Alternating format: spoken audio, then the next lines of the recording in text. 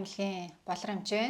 За манай эмнэлгийн зүгээс эцэг эхчүүдтэй зориулаад эрүүл мэндийн боловсрол олгох зорилгоор эрүүл мэндийн цуврал зөвлөгөөнүүдийг өгөхөөр төлөвлөж байгаа. Энэ удаагийнхаа дугаараар их хүүхдийн эрүүл мэндийн үндэсний төвийн дутуу нарийн судлалын тасгийн эмч Оюн Болорыг орж урьж оролцуулаад байна. Сайн байна уу? Сайн байна уу. За та бүхэнд энэ өдрийн мэндийг хүргэе. Статистик гэдэг юм билээ. 21 он орчим тололцоо нэг Монголд төрж байгаа нөгөө статистик тоогоор жилд 80 мянган ээж амарч байна гэсэн тоо тэр хэмжээний хүүхд төрж байгаа тий. Гэтэл одоо бол нэг баг зэргийн буусан сая энэ оны 24 оны судалгаагаар лөө 65 мянга болоод буусан тийм дүнтэй байгаа байхгүй. Тэгэхээр ер нь тэгж ажиглагдаж байна уу гэл. Төрөлтөө ерөнхийдөө ковидын үеэр бас нэг төрөлт буурсан шүү дээ. Тэгээд буцаж ихсээд одоогоор бол одоо 2024 он чинь 10 сар болж шүү дээ. Тэгэхээр нэг ойролцоогоор нэг 6,000 орчим л болж байна. Та нар гэхэд бас бусад газруудыг бас харахад бол ер нь бол буурч. Буурч байгаа ажиглагдаж. Тийм буурч. Энэ нөгөө бас эрүүл урт удаан амьдралаа төлөвлөх залуучуудын тий энэ байдалтаас холбоотой ах шиг байна л да. Одоо ковид чинь бид нарт сая зөндөө юм заалаа штэ тий.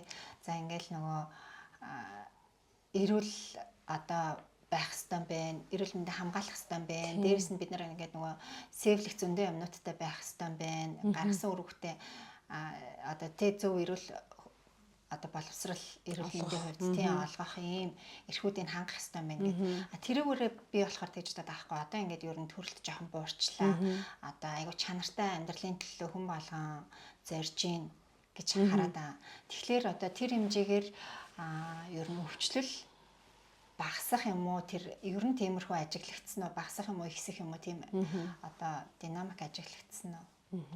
Ер нь ерөнхийдөө бол хүүхдүүд маань одоо хүмүүсийн маань төрөл багасж байгаа ч гэсэн одоо эрүүл ээж болон эрүүл ааваас эрүүл хүүхд төрнө. Тийм. Тэгэхээр төрөлтөнд төрөхийн тулд та ер нь бол физиологи бэлтгэх хэрэгтэй. Би нэгдүгээрт одоо ээж маань одоо систем ямар нэгэн өвчин энэ төр байх юм бол эмчлүүлэх хэрэгтэй. Тэгэхээр одоо суур өвчнгүй байх юм бол хүүхэд хүртэл тех явц маань өөрөө хэмээ явагдах нь биш эрүүл гэсэн үг. Хугацаанаас өмнө дутуу төрөхгүй гэсэн үг. Тэгэхээр тухайн айлд ч гэсэн тухайн хүндээ ч гэсэн сэтгэл зүй болон бие махбодод стресс байхгүй гэсэн.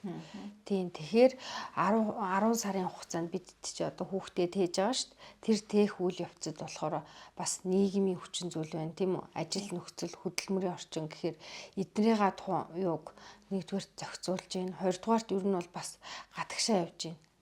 Тийм бас нэлээх сурах гад гадагшаа явж гин. Тэгээд энэ талаар бол бас төрөлт багасж гин. Тэрнээс бол бас харьцангуй нөгөө нэг үргүүдэлтэй нөгөө юуныхаа эрэгтэй болон эмэгтэйчүүдийн үр шилжүүлэн суулгах бол манай дээр бол хийгдэж байгаа шүү дээ. Нэлийн олон улс болон хувийн эмнэлгүүд бол хийгдэж байгаа. Тэгэхээр энэ нь бол харьцангуй нэг эрсдэлт нэг 5-аас 10% орчим байдаг. Яг өөрснөө яг ингээд төрий хүүхэд гаргая гэдэг юун дээрээ бол ер нь бол одоо их багасч яг л гэр бүл төлөвлөөд зөв эрүүл ээж аваас эрүүл төлөв зорж юм гэсэн. Би бас тэрэнд нь ингээд нөгөө нэг гэр бүл төлөвлөлт нь ингээд яг өөрсдийнхөө одоо төлөвлөгөөгөр гэх юм уу явж байгаа баярлаад байгаа байхгүй. Тэр чинь тэр чинь одоо нэг тийм амьдрал нь бас тодорхой хэмжээгээр тэр хэмжээгээр чанартай байна гэсэн үг шүү дээ. Гаргасан хүүхдээ хүртэл одоо бид нар чинь хүүхэд гаргачаад дараагийнх нь хүүхэд нь ойрхон байх юм бол жишээ нь одоо өмнөх хүүхэд нь санаатай болон санамсаргүй байдлаар үл хайхралт гэдэг юм да хүртээд байгаа шүү дээ тий. Нөгөө хүүхдээ нөгөө анхаарахгүй байх. Дээрэс нь одоо жишээ нь өвдөж хавтлаа гэхэд завгүй маавгүй нөгөө багт олон дүүтэй ч юм уу тэрэндээ анхаарах ч гэдэг юм ингээд нөгөө анхаарлан сарних иймэрхүү асуудлууд гараад байгаа байхгүй. Гэтэл болохоор ганцхан нэг хүн хүүхэд гаргачаад нөгөөтгөө заримдаа болохоор харахаар хит их бүүцэлэх. Яанад хич болов бүх юм талаас нь бүүцэлэх. Нөгөө талаасаа болохоор тэр үл хайхралт гэдэг юм бол баг ажиглахдаггүй нөгөө хүүхдийг болвол яг эрүүл яаж байж болох хэвтэй юм бүх тэр юмар нь одоо залуу ээжүүд болвол одоо нөгөө Нэлийн тэрийг баримталдаг болцоо одоо манай дүү мөө гэж одоо уйлуулж болохгүй стресс авчна гэл травматай болчихно гэл тэгээд байна шүү дээ. Тэгэхээр ч одоо дээр үед нэг уйлжж хүн майлжж мал болно гэл тэгдэг байсан бол одоо бол юу ерөөсөө уйлуулж болохгүй шүү травматай болчихно гэл. Тэгэл одоо баг тухайн хүүхдээ дараагийн хүүхд гартлаа болол ингээд аягүй сайн бэлдэж байгаа байхгүй. Тэгэхээр нэг талаасаа тэр эрүүл мэндийн боловсрал олгох тэр талын юу нь бол зарим ээжүүдэд бол их сайн байна гэж сайшаалтай санагдаад байгаа. Тэгэхээр чин нэг ч гэсэн эрүүл хүн Монгол иргэн байна гэдэг чинь бас тийм амьдралын чанар бүх юмд нөлөөлж байгаа шүү дээ. Тийм. Нөгөө талаасаа бас нөгөө нэг уйлах болгонд бас хүүхдийг бас аваад байхгүй. Тийм. Тэгэхээр ерөнхийдөө бас тухайн хүүхд маань сайхан тэрврээд ээжтэйгээ ярилцах гад аавтайгаа ярилцах гад тий. Тэгээд бас тайвширж гин үү эсвэл гидсэн дүүрээд орилж гин үү тий. Эсвэл тухайн хүүхдүүд бас зүрхний ч юм уу тий. Ямар нэгэн эмгэгч ч юм уу. Ер нь бол зовиргүй биеийн тавгүй тохиолдолд бас тэрийгээ бас уйлж илэрхийлнэ л гэсэн үг. Тэгэхээр уйлалт болгоно ерөнхийдөө бол өөр өөр байдаг. Тийм. Тэгэхээр тэрэн дээр бас анхааруул бас зүгээр. Тийм. Ер нь бол харин тэгж л бодогдоод байдаг болчиход байгаа. Нөгөө ээжүүд аягүй сайн юм юутай болчихсон. Эрүүл мэндийн боловсролын аягүй сайн. Олон талаас мэдээлж их байна тий. Тэгээд тэр мэдээллүүдээс гол нь шүүлтүртэй л хандвал зүгээр а ер нь бол бас нөгөө ээжүүд ч одоо нөгөө яана энийг харанхуугаар ер нь юм одоо дагаж мөрдөхөө их болчиход байгаа штэ. Яг одоо жишээ нь хүүхдээ уйлдаг байлаа гэхэд шүний горимд нь оруулаад тэр рутинтэй оруулаад ингээ шүн унтгаад сургадаг болох жишээний хөхөө одоо нөхнөөс гаргалаа гэхэд яг шүндөө хөлөхгүй байж агаад гаргах жишээ нь айгүй олон сайн дадлаад залуу ээжүүд бол их амархан хэрэгжүүлж аваад тах шиг байна. За тэгээ манай нөгөөд мама эмнэлгийн зүгээс болохоор онлайн сургалт зарлаад нэлээдгүй хугацааг өнгөрөөд 7 хоног болгон хичээлээ ороод явж байгаа тий. Тэгэхээр нөгөө няраа асаргаа сувилгаа тэгээд бас нөгөө фото хэмжээлгээ болон шарлалт үүнтэй холбоотой шарлалт тэгээ хөр хооллолтын талаар хөр хооллолт тэгээд нөгөө асаргаа суулгааны талаар бас талаар аюултай няраад илрэх аюултай ерөнхий шинж хизээ эмнэлэгт хандах вэ гэдэг талаар энэ хүртэлт бол явсан баг. Тийм. Тэгээд нэг онцлог нь нөгөө юу штэ тий. Сэтгцэн эрүүл мэндийн үндэсний төвийн эмч саран цэцэг оролцож байгаа тий.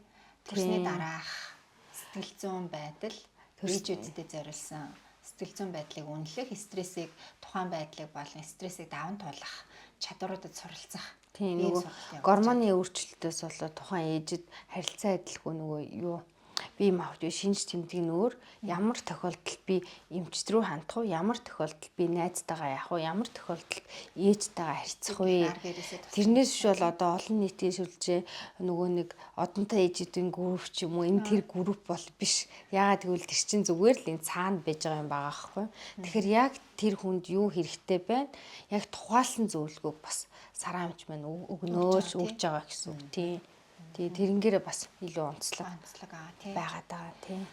Нөгөө боловсрлоос гадна нөгөө төрөлт маань багассан гэдгсэн шүү дээ. Тэгэхээр нөгөө эрүүл ээжээс эрүүл аав төрнө. Тэрнээс болоо эрүүл хүүхэд төрөх ёстой гэд ер нь бол ингэж ярьж байгаа шүү дээ. Тэгэхээр бас хүмүүсийг нөгөө анзаараад тахад одоо би одоо өөр лүгөө хүн байна одоо аягүй сайн орчоод тэгээд 2 дахь 3 дахь 4 дахь гэдэг хүмүүс энэ 3 дахь хүүхэдтэй ч юм уу илүү хайрлаад эхний хоёр маань яаж хүн болсон юм бэ мэдэхгүй гэсэн ээжээ явнаар аягүй хийхсээд байна. Тийм.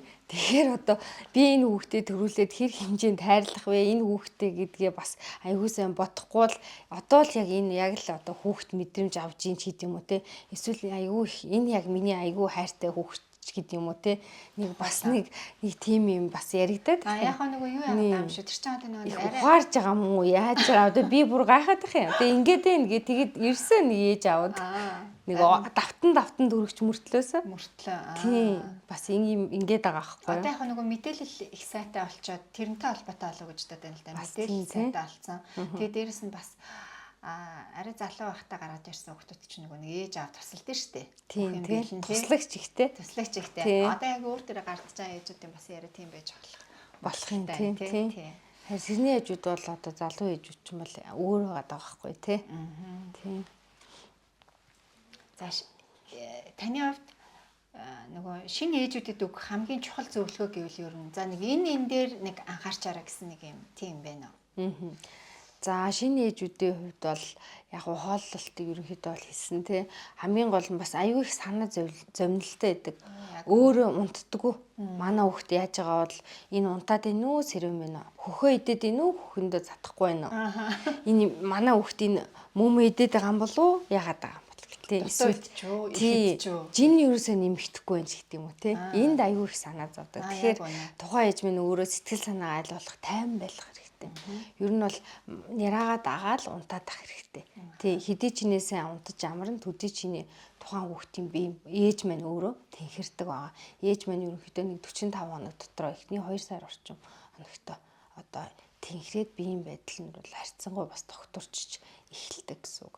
За тэгэхээр эхний ээлжинд бол тухайн ээж минь өөрөө сайхан тайван байх хэрэгтэй. Яг хоол цайгаа идэж уугаад маамаатайгаа харьцчаад бол унтах хэрэгтэй. За нөгөө талаасаа нярааг бол нэгдүгээрт агаарт гарах хэрэгтэй.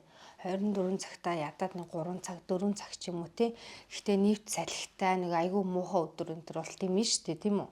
Айл болох дулаахан хувцлал агаарт гарчихна гэсэн. За тэгээд 14 хоногтоос витамин D-гээ нэгдүгээрт уух хэрэгтэй.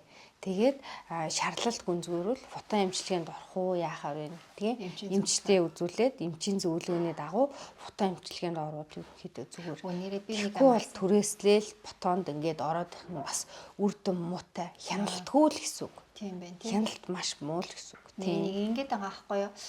Манай эмчээр ингээд заглахаараа фото эмчилгээ чи ер нь ингэж хийгддэг юм уу? Шууд нэг өрхийн эмчин за танах фотонд орчоорой гэхээр нэг газар очиж шууд орчиж болт юм уу?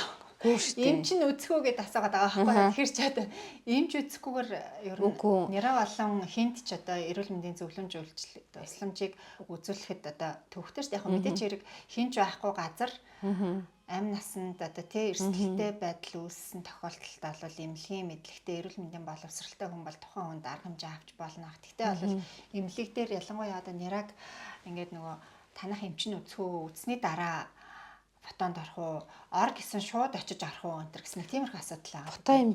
Фото эмчилгээний нэгдүгээр заалт гарч иж хийнэ гэсэн үг. Тэгэхээр заавал эмч үзнэ. Эмч үзчихэд фотонд оруулна. Фотодны дараа ч гэсэн эмч үзнэ. Тэгэхээр эмнэлэгт эмчийн зааврын доор хяналтан доор фото эмчилгээ хийнэ. Заалтаар юм. Тэгхгүйгээр юу яаж болохгүй. Одоо дур мэдээд фотонд орно орох хэсгээ мэдхгүйгээр өөрснөө аваад бас хийчих болохгүй. Энэ бол маш эрсдэлтэй.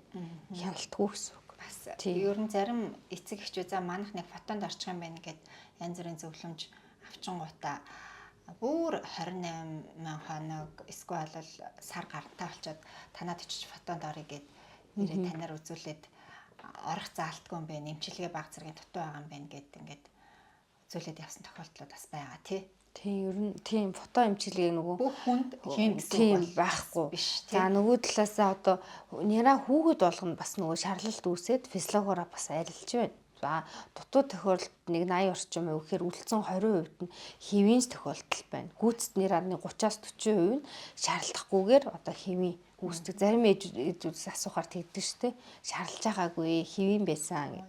Тийм. Тэгэхээр тухайн хүн болгоны бие физиологи өөр гэсэн үг. Тэгэхээр нэраа болгон одоо танаа хүүхэд яг энэ манай хүүхэдтэй адилхан юм байна гэсэн үг биш.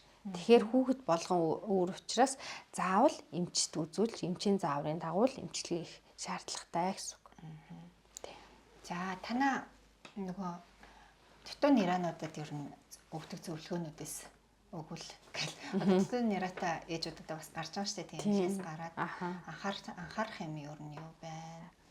Дутуу нираа хүүхдээс ерөнхийдөө хүүхдийнхаа жинг бас сайн хянах хэрэгтэй. Үзэж тэмдэглээд шаардлагатай гэвэл нөгөө нэг хоолтон дээр нь сүү нэмэхэр байна уу яахаар байна гэдгийг нэгдүгээр зөвлөнө. Хоёрдугаарт нөгөө нэг бас ээж нар хитрхи их холилчдаг. Нөгөө сүүгээ хитрхи их найруулад өгсөнтэй холбоотой гидс дүүрээд гидс дүүрсэнтэй холбоотой нэг буюу гидсний үргэлжлэлээр хүндрэх гэдэг. Тийм. Тэгэхээр хоолтыг маш зөв хийх хэрэгтэй. Тэгээд мэдээж хэрэг дааруулахгүй дулаан байх хэрэгтэй. Тийм. Тэгээд өрхийнхаа хяналтанд орох. Тийм, өрхийн эмчийнхаа хяналтанд орно. Тэгээд бас нэраа эмчтэй давхар үзүүлэх хэрэгтэй. Тийм. Та бүхэндээ баярлалаа. За баярлалаа.